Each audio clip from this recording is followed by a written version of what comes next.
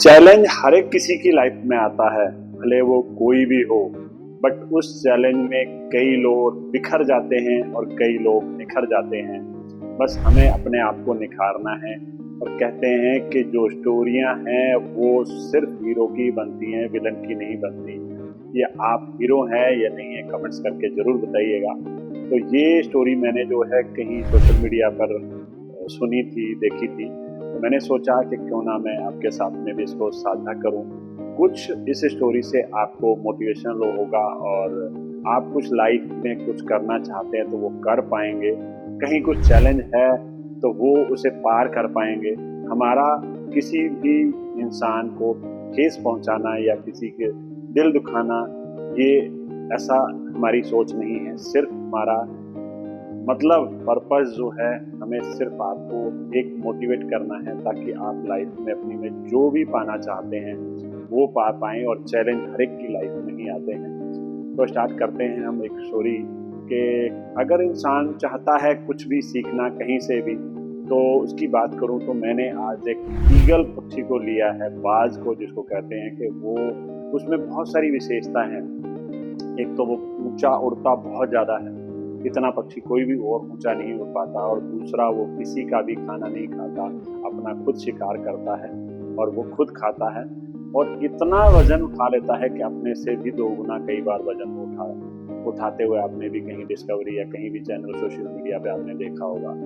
तो बात करने लगा हूँ कि बाज की एक जो औसतन एज होती है वो करीब करीब 70 ईयर के आसपास होती है। बट वो 35 या 40 ईयर के आसपास होता है तो उसको एक चैलेंज आता है कि उसकी जो चोंच होती है वो बैंड हो जाती है, पंख उसके बहुत बड़े हो जाते हैं और जो पंजे होते हैं उसके भी नेल्स जो हैं मुड़ जाते हैं, जिसकी वजह से उसको शिकार करने में बहुत दिक्कत आती है। उस कंडीशन में या तो वो अपने आप में चेंज लेके आए या फिर वो ऐसे ही मर जाए, क्योंकि खाना तो खा नहीं सकता, शिकार कर नहीं सकता, तो करेगा भी तो क्या करेगा। उस कंडीशन में वो अपने आप में चेंज लेके आता है, तो उससे हमें शिक्षा मिलती है।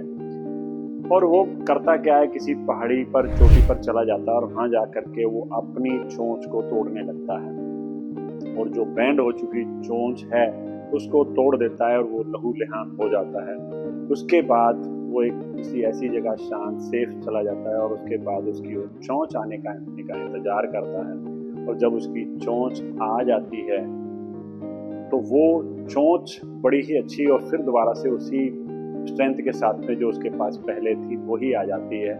उस चोंच से वो अपने जो खराब पंख हो चुके हैं, जो वजन जिनकी वजह से ज्यादा है, वेले वो तकलीफ दे रहे थे, उसको उनको निकाल देता है।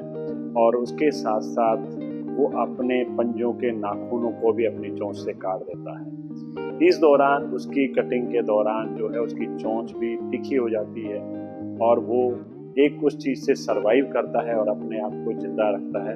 अदरवाइज ये नहीं करेगा तो उसकी 35-40 साल की एज में ही वो उसका डेथ हो सकती है, वो मर सकता है। बट वो अपने आप को जिंदा रखने के लिए ये सब चीजें करता है। उसके बाद उसके पास वो एक्सपीरियंस तो होता ही है और वो फिर वही ऊंचान बढ़ता है।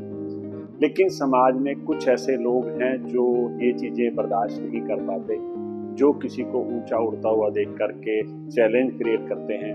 ऐसे ही उसको चैलेंज क्रिएट करता है क्रो, जो उसकी पीठ पर आकर के उसके दिमाग में हिट करता रहता है और उसको चैलेंज क्रिएट करता है। लेकिन बाज इस कंडीशन में अपने आप को ऊपर ले जाता है और ऊपर ले जाता है और ऊपर ले जाता है। और एक स्टेज ये आती है कि जो क्रो उसकी बैक पे बैठा होता है वो ऊपर से नीचे गिर जाता है, क्योंकि उस लेवल पर ऑक्सीजन बहुत कम हो जाती है और बाज वहाँ पे भी अपना सांस ले सकता है लेकिन क्रो नहीं ले पाता। तो ऐसे ही समाज में कुछ लोग होते हैं जो चैलेंज करते हैं, लेकिन हमें अपने आप को ऊपर उठाना है। तो जो भी इंसान अपने आप को ऊपर उठा लेता है उस चैलेंज से दूर हो जाता है। और जब भी किसी को तकलीफ होती है, कहते हैं कि आसानी से कोई भी चीज उसको सुख सुविधाएं दे दी जाए तो वो उस चैलेंज को या टारगेट को पूरा नहीं कर पाता। जिसको तकलीफ दी जाती है वो ही अपने टारगेट पाने के लिए जी जान लगा देता है। तो क्या अपने आप टारगेट पाने के लिए जी जान लगा रहे हैं? अगर आपको ये स्टोरी अच्छी लगी हो तो आप शेयर कर सकते हैं, कमेंट्स कर सकते हैं। आप ऐसी और चीज़ें या मोटिवेशनल देखने के लिए मेरे को फॉलो कर सकते हैं। Thank you so much video देखने के लिए।